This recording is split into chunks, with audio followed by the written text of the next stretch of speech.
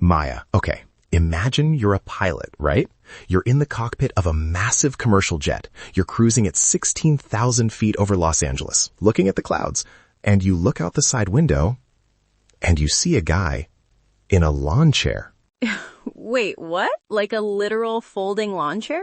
A literal Sears-style lawn chair, just floating there. No plane, no engine, just a guy, a pellet gun, and a bunch of weather balloons. No way. 16,000 feet? That's where oxygen starts getting thin, Leo. You're kidding. I am 100% serious.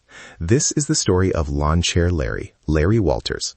It's July 1982, and this guy basically decided that if the Air Force wouldn't let him be a pilot because of his bad eyesight, he'd just DIY it. DIY a flight to 16,000 feet?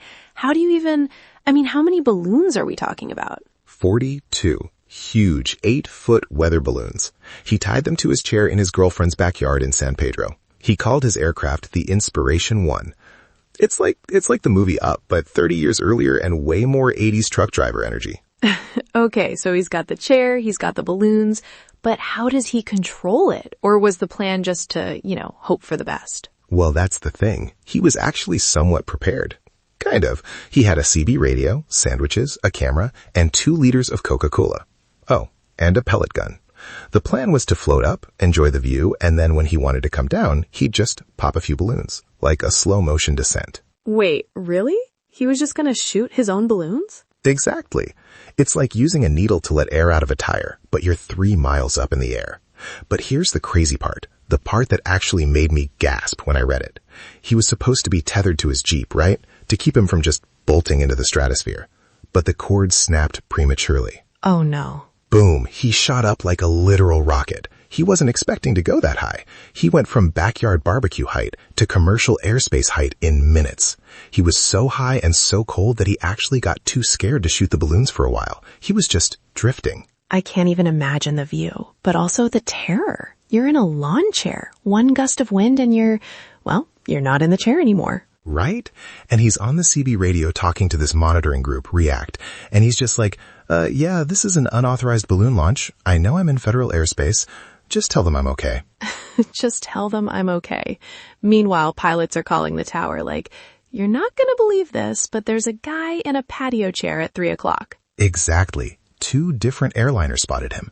Eventually, he got up the nerve, started popping balloons, very carefully so he didn't unbalance the chair, but then, of course, because this story is a comedy of errors, he dropped the pellet gun. No.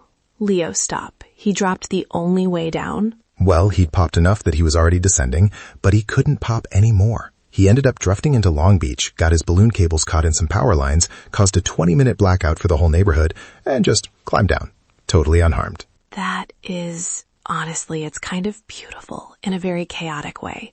He had a dream since he was 13, and he actually did it. He said afterward, a man can't just sit around. Which, is a legendary thing to say after you almost got hit by a DC-10 in a lawn chair. It really is. Stories like this, they're just so human. They remind you that the world is still full of these wild, individual moments of wonder. Totally.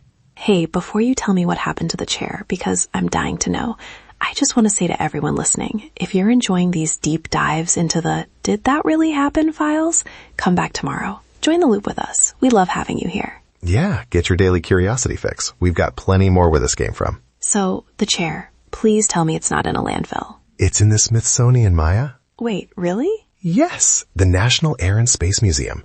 He gave it to a neighborhood kid named Jerry originally, but years later they tracked it down.